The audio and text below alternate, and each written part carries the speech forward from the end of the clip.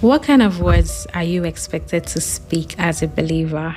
We've been on this journey of words for about 3 weeks now.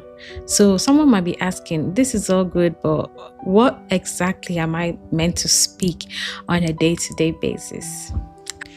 Number one set of words that we're expected to speak are words that build identity. So if we see someone, living a life that doesn't glorify God, we are not to condemn them. We are not to, trash them with our words. We are meant to call them who they are, who God has called them to be, and call them higher to walk in that light. You see what happened with the adulterous woman. What did Jesus tell her? He said, neither do I condemn you. Go and sin no more. So it's not for you to start saying, oh, you did this, you did this, you did that. We are just meant to tell them what God says they are, who God says they are.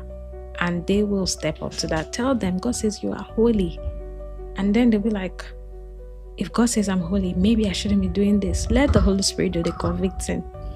So we are meant to speak words that build. Number two is words that strengthen faith. In a difficult situation, are you the one that says, oh, you're finished? You shouldn't be the one.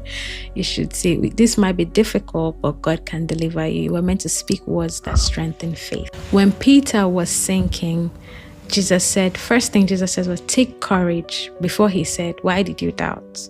So he acknowledged that there was a bit of fear there, but then he strengthened his faith. Speak lifting words.